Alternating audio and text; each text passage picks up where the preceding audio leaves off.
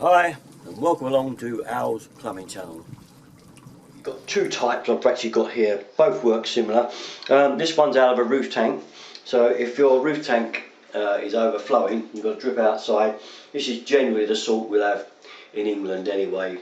This is a Part 2 ball valve with a little spout over the top, so you get no feedback when you open the tap to the kitchen. It's the legal ball valve, is what we term it. Usually there's a ball on the end of there, and obviously as the water level comes up it shuts the water off. After a little while the washer do start to leak, so they have to be changed, or the seating could be defective in a hard water area such as London and the South East. Due to chalky conditions, does cut the seating. So either way we can replace both of those, and it's pretty easy to do. This is taken out of a roof tank. Normally that would be the back nut securing the roof tank there, and that would be screwed on, so you'd undo your water connection and undo the back nut. Of course, turn the water off first before you do anything. That's natural. Make sure you do that. We don't want you to flood the house out. So once you've turned your cold water supply off, undo the ball valve from the tank and take it out. Take it out of the tank.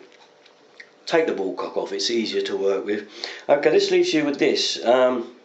Now this nut here, if you want, is the first nut really to change, to take off. Now this spout is easily broken, so I tend to take them off because they're only plastic and they can snap very easily. Just unscrew very easily from the top of there like that, showing the end of the ballcock.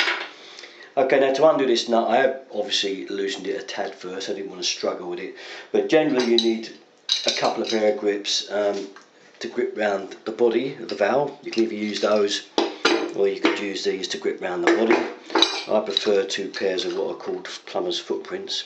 Grip it there with one hand and get another pair if you've got access to two, or a spanner, just the same, an adjustable spanner, probably better. A lot of people prefer the spanner, and open it out to the size of the nut and then twist it like that.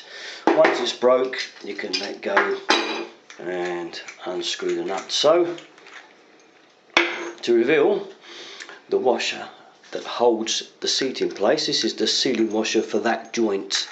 As you can see, that joint there seals against that washer, so this washer will pop out like so. Make sure you make a note now, that washer must go back.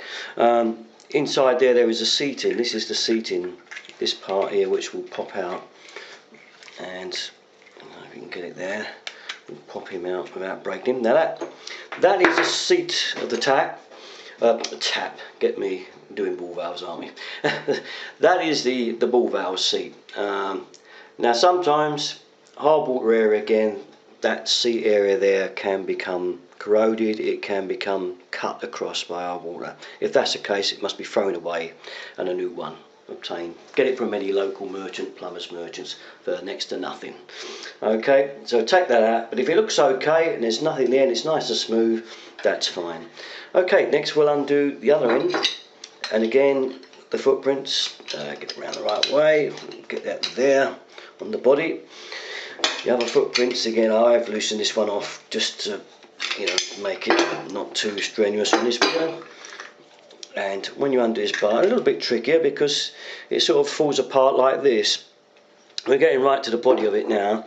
On this end there is a pin, which is the pin that enables that to push through onto the valve. We'll lay that there, and then we've got the washer. The washer sits that way up as the body of the valve. I'll take the body out now. That you can see, it looks a little bit rough down inside there, and that's where the water corrosion has been playing on the valve. That generally needs to be cleaned out with a bit of emery cloth, bit of paper, bit of wire wool. Clean that out because that wants to be nice and clean. The washer, now this washer isn't too bad actually, because this one hasn't been dripping. It looks quite smooth and flat, but if it looks worn, if it's pitted at all, and as you're doing it, you took the valve out, you might as well renew it anyway. Get a new washer from the plumber's merchants and a new seat, and you'll know the valve will be fine. So make sure you put the washer that way in to see, and it sits in nice and snug. And then get your seat in and make sure that sits in there nice and snug also.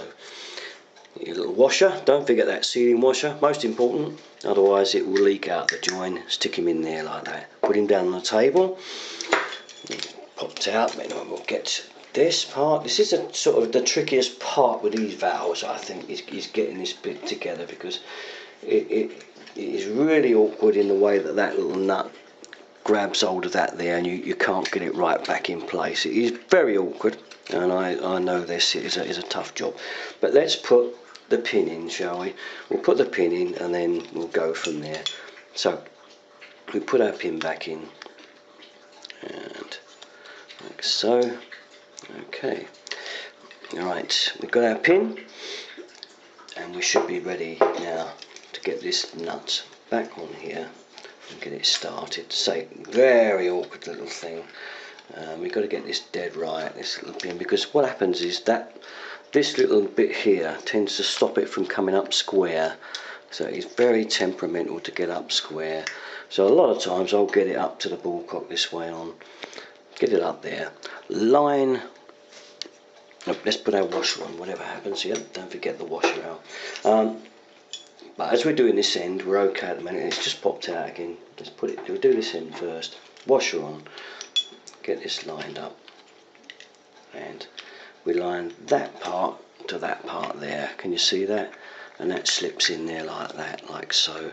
Now we've got to get this nut started. I tend to put it on my waist like this to get this thing started, because they are very awkward. They're not easy. Once we're started, we'll be okay. So let's get him on the turn. If we can get him on the turn started. This started back on the thread there. Do it up and nip it up again with grips. Best to get a pair of grips on there like so, and just nip him up nice and tight with the grips here. So we're going to just tighten him up, make sure it's nice and tight.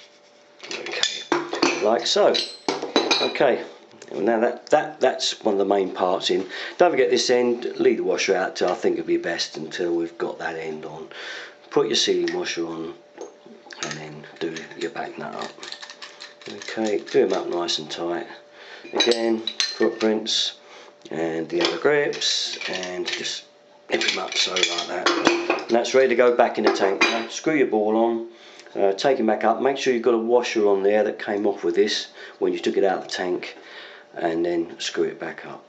Put it in the tank, turn on, and just check it's all okay. And make sure, obviously, you put this spout on. Very important. I'm jumping ahead of myself here. Let's put the spout on. There we are. That's the completed ballcock. Put it in, do the back nut up. I'm done.